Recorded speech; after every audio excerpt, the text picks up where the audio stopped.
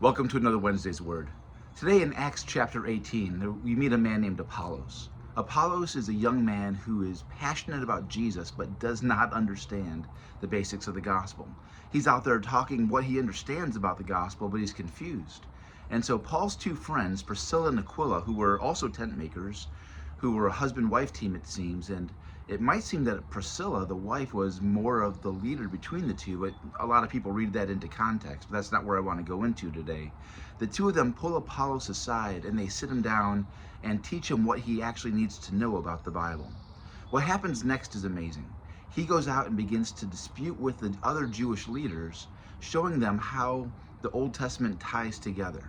Now, when I was in seminary, my apologetics professor, Ronald Nash, made a great argument that Apollos could be the author of the book of Hebrews. And here's why. What Apollos would have known was Greek philosophy.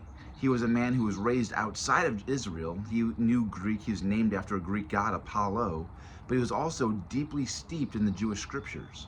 And when you see him arguing, he's arguing from the Old Testament that all things point together to Jesus.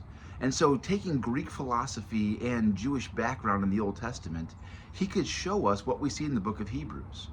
In Greek philosophy, there's a thing called Plato's cave. It's an imaginary situation where you have a bunch of people who are chained to a bunch of rocks, they're staring at a wall, and behind them is a fire, and using the light of the fire, people are throwing shadow puppets out on the wall. And they're convinced that those shadow puppets are reality.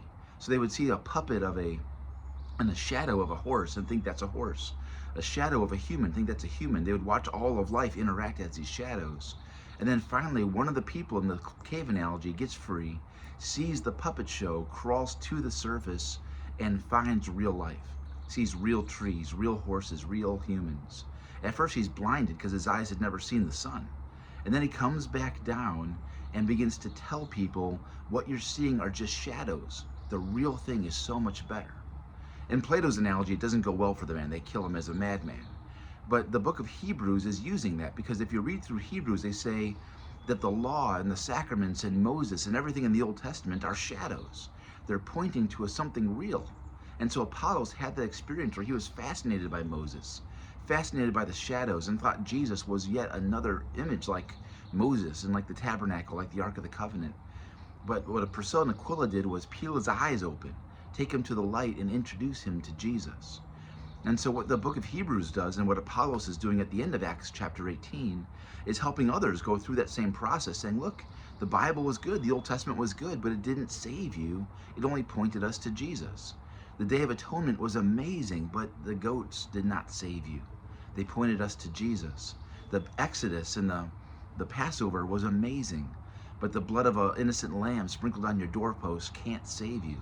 It only pointed you to Jesus. All these things are shadows. They're a puppet show. They point us to Jesus. And so we don't know exactly if Apollos wrote Hebrews, but in my head it makes sense. But the deeper point is that it makes a lot of sense to me that the Old Testament, many of these things, are shadows and types that point us to who Jesus is. As Tim Keller famously said, that Jesus is the true and better Abel.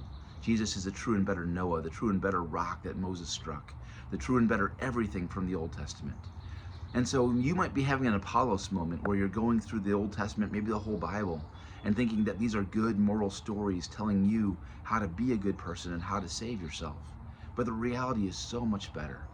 All the things that you can see yourself doing, all the things that you see the great kings of Israel doing, those are just a show. Those are just getting us ready for the true thing, the true king, the true priest, the king, true prophet, who would come and save us, and that's Jesus. All the Old Testament lived pointing to him, and all of us after Jesus lived pointing back to him with gratitude and wonder. So that's the word for today. Be like Apollos. Look past the shadows of the Old Testament, the shadows of the own righteousness that you're doing, to the reality of who Jesus is. All right, God bless.